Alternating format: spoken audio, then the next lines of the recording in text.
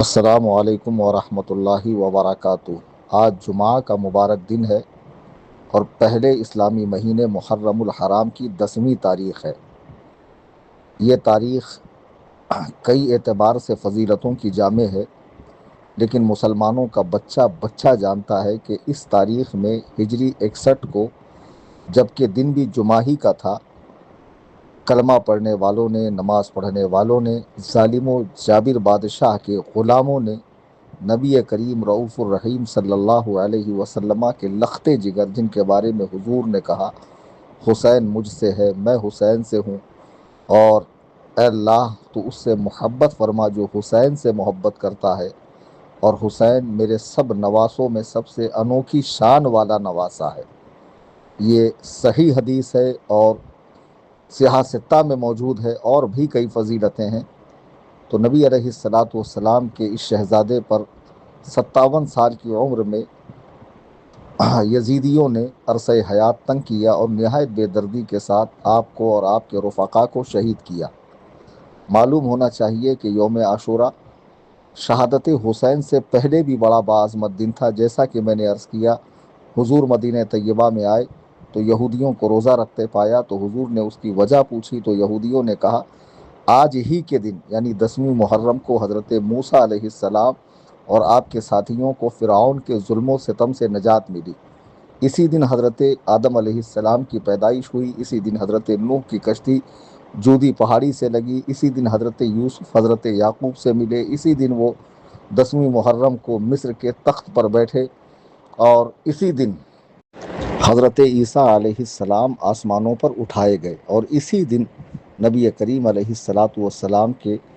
پیارے نواسے امام حسین کو کربلا میں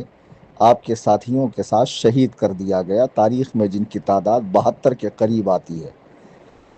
یہ دن پہلے بھی صحابہ کرام مناتے تھے، تو ان کے منانے کا انداز یہ ہوتا کہ وہ روزہ رکھتے، خیر خیرات کرتے، اور اس دن میں اللہ تعالیٰ کو راضی کرنے والے کام کرتے۔ حضور علیہ الصلاۃ والسلام نے فرمایا چونکہ یہودی بھی اس دن روزہ رکھتے ہیں، اگر سال آئندہ میں تمہارے بیچ رہوں تو ایک روزہ اور ملا لوں، تو جنہوں نے کل روزہ رکھا ہے وہ آج بھی روزہ رکھیں، اور جو کل نہیں رکھ پائے وہ آج کا رکھیں اور کل کا رکھیں، 10ویں 11ویں کا، اس طرح یہودیوں کی مخالفت کریں۔ دیکھیے امام حسین رضی اللہ تعالیٰ نے کربلا میں جس مقصد کے لیے راہ خدا میں اپنی جان عزیز کو قربان کیا ہے، اس سے امت نے کیا سیکھا؟ ہم انٹرنیٹ پہ جو لوگوں کے تماشے دیکھ رہے ہیں، دین کا جو مذاق اڑایا جا رہا ہے، شریعت و سنت کے ساتھ جو کھلواڑ ہو رہا ہے، خدا را سنیوں باز آ جاؤ، اور ان ذاکرین سے، ان نوحہ خانوں سے، ان مرثیہ خانوں سے، اور ان جاہل خطیبوں سے جن کا کتاب و سنت پہ مطالعہ کمزور ہے، اور جو اپنی تقریروں میں حسین کی بے چارگی، حسین کی بے بسی، حسین کی مظلومیت،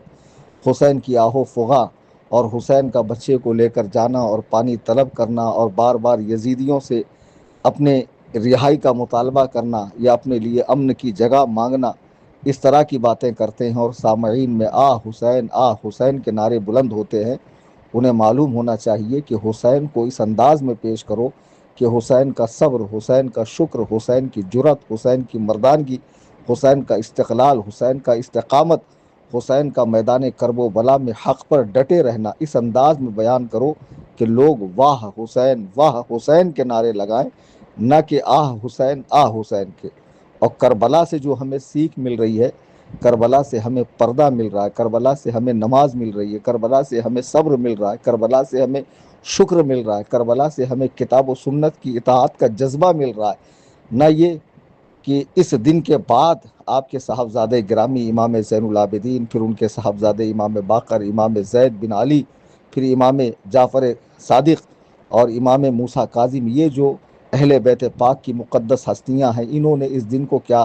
تعزیے، سواری، پنجے، آگ پر کھیلنا، نوحہ کرنا، ماتم کرنا، کپڑے پھاڑنا، بال نوچنا، آہ و فغاں کرنا، ماتمی لباس پہننا، اور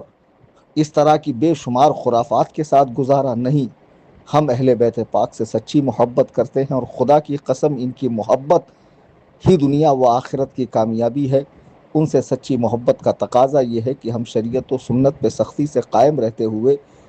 جس طرح ایصال ثواب کا طریقہ ہمیں بتایا گیا ہے ہم اس طریقے پہ ایصال ثواب کریں گے۔ آج جمعہ کا بہت مبارک دن ہے،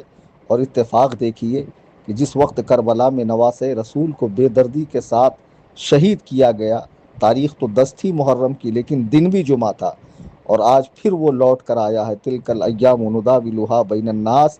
یہ دنوں کا الٹ پھیر ہے جو لوگوں پر چلتا رہتا ہے۔ آج کے دن روزہ رکھیں گے انشاءاللہ تعالی، غربا کی مساکین کی مدد کریں گے، دینی مدرسے میں پڑھنے والے بچوں کی خدمت کریں گے، ائمہ حضرات کی، علماء کرام کی، سادات کرام کی خدمت کریں گے، اور ہو سکے تو شہدائے کربلا